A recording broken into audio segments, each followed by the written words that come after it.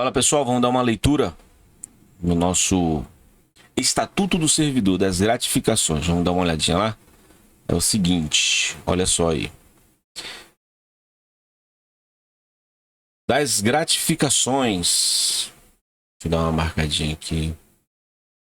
Texto. Vou ficar sublinhadinho aqui para saber onde ele. Aqui, ó. Das gratificações, artigo 90, poderão ser concedidas ao funcionário na forma regulamentar as seguintes gratificações. Inciso 1º de função, inciso 2º de representação, inciso 3º de tempo de serviço, inciso 4º de produtividade ou de prêmio por produção, inciso 5º pela prestação de serviços extraordinários, inciso 6º pela execução de trabalhos de natureza especial com visto de vida ou de saúde. Inciso 7º, pela participação em órgão de deliberação coletiva. Inciso 8º, pela participação como membro ou auxiliar de comissão examinadora de concurso. E inciso 9, pela prestação de serviços em regime de tempo integral ou tempo integral com dedicação exclusiva. Vamos aqui no inciso 10, aqui, ó. Pela participação em comissão, grupo de trabalho ou grupo especial de assessoramento técnico de caráter transitório. Inciso 11, pelo exercício em determinadas zonas ou locais. E o inciso 12 fala pelo exercício do magistério em cursos especiais de treinamentos de funcionário, se realizado o trabalho fora das horas de expediente. E o artigo 91, né, que a gente vai ler agora, só sublinhar ele aqui. Ele fala a seguinte situação. O artigo 91. A função gratificada é a vantagem pecuniária atribuída pelo exercício de encargos de chefia, assessoramento ou secretariado ou outros julgados necessários. Observação: a lei número 1839, de 18/5/88, fica vedada as gratificações concedidas pelo artigo 4, 9 do artigo 90 deste estatuto. Aí aqui tem aqui as leis, né, que alteram. A outra lei aqui também, que revoga o parágrafo 3º do artigo 90. E vamos aqui para o parágrafo. Parágrafo 1º do artigo 91. Tá bom? Vamos lá. Havendo recurso orçamentários, o Poder Executivo poderá criar funções gratificadas previstas em regulamento próprio, onde se estabelecerá também competências para a designação. Parágrafo 2º. A dispensa da função gratificada cabe à autoridade competente para a designação. Artigo 92. Ele fala a seguinte situação. Deixa eu sublinhar aqui. A gratificação por serviço extraordinário destina-se a remunerar o trabalho executado fora do período normal de expediente. Vamos ler aqui o seu parágrafo 1º. O parágrafo 1º fala: a gratificação será paga por hora de trabalho, prorrogado ou antecipado, na mesma razão de cada hora do período normal de trabalho. Parágrafo 2º. Ressalvados os casos de convocação de emergência, o serviço extraordinário não excederá de 90 horas mensais. Parágrafo 3º, ele fala a seguinte situação: é vedado conceder gratificação por serviço extraordinário com o objetivo de remunerar outros serviços ou encargos.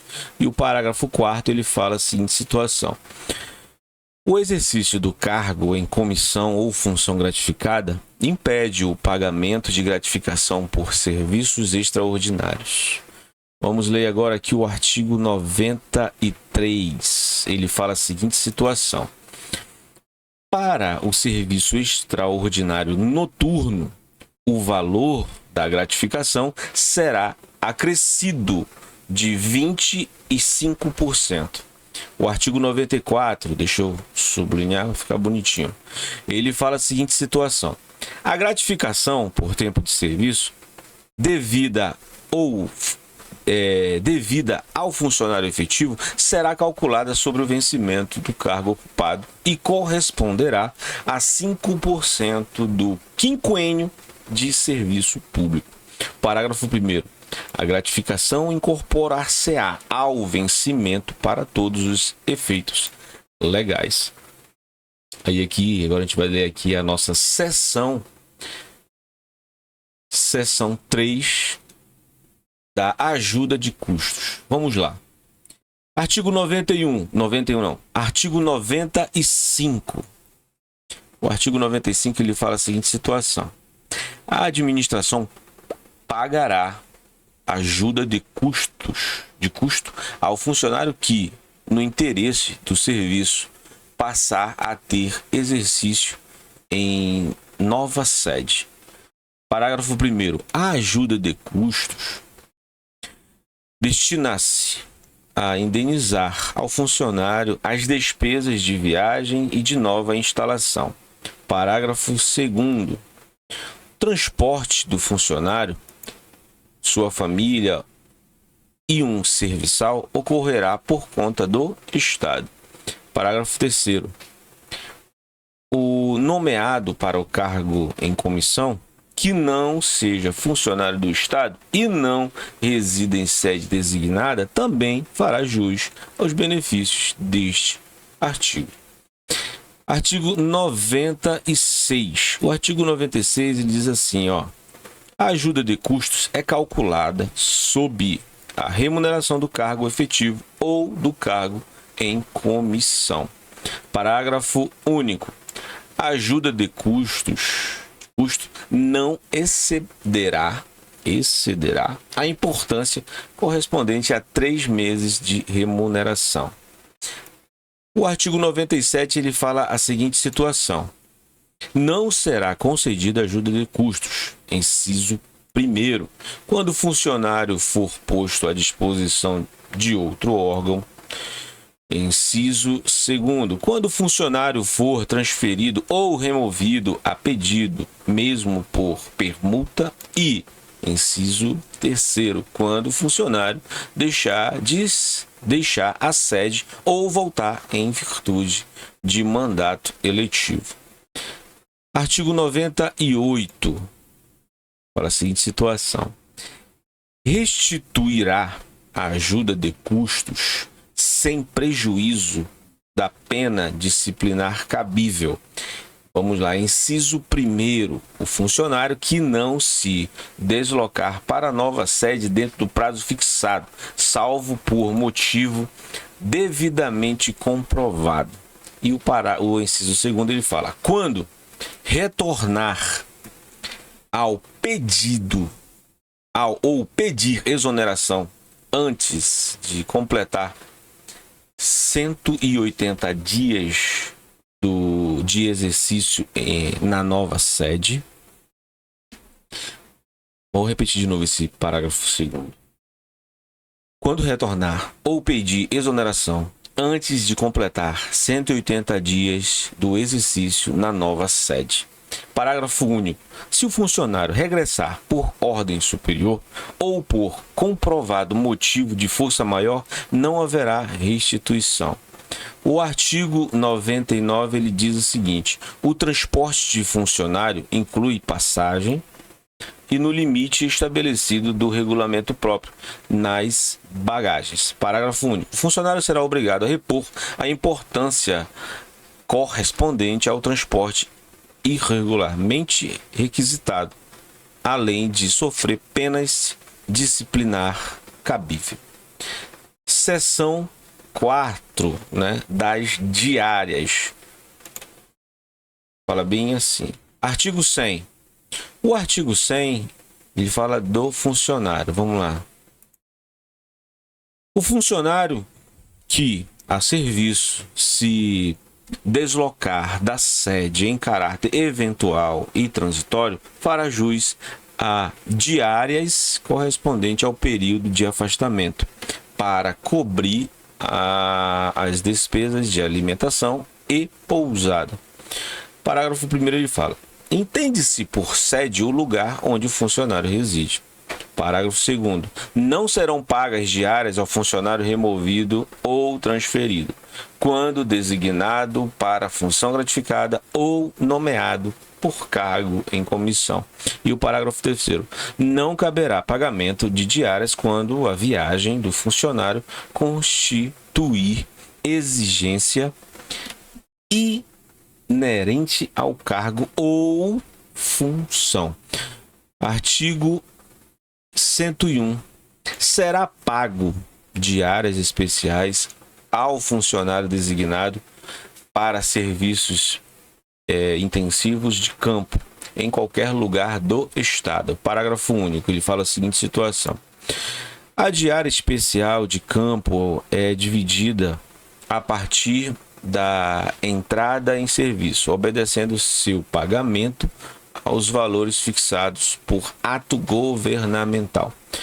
Artigo 102. O funcionário que indevidamente receber diárias restituirá de uma só vez igual importância, sujeito ainda a punição disciplinar. E o artigo 103 fala: será punido com suspensão e, na reincidência, com demissão o funcionário que indevidamente conceder diárias. Seção 5. Deixa eu selecionar aqui. O salário família. Vamos dar uma lida aqui. Seção 5 do salário família. Artigo 104.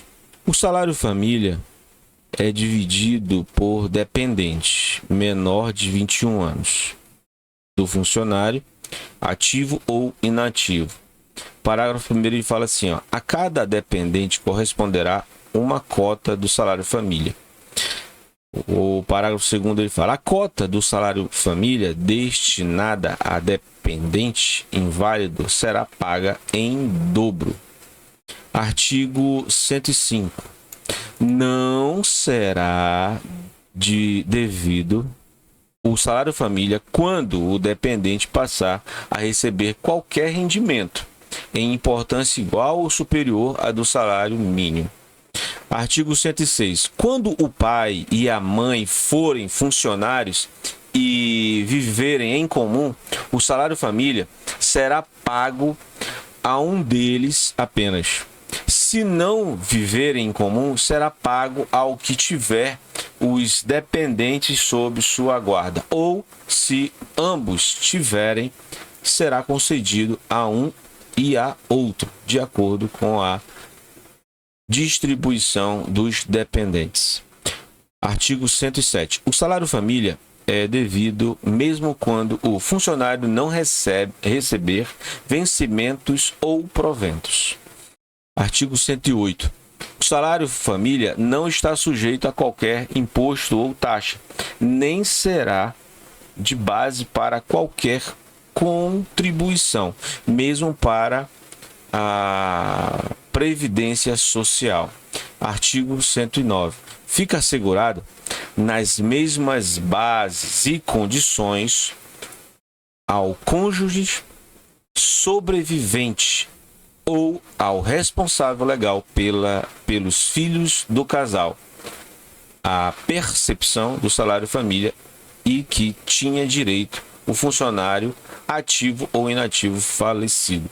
E o artigo 110 ele fala quando o funcionário em regime de acumulação legal ocupar mais de um cargo, só perceberá o salário família por um dos cargos.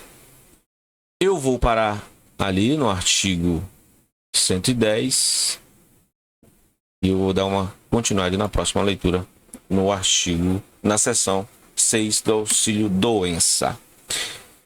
Vamos lá.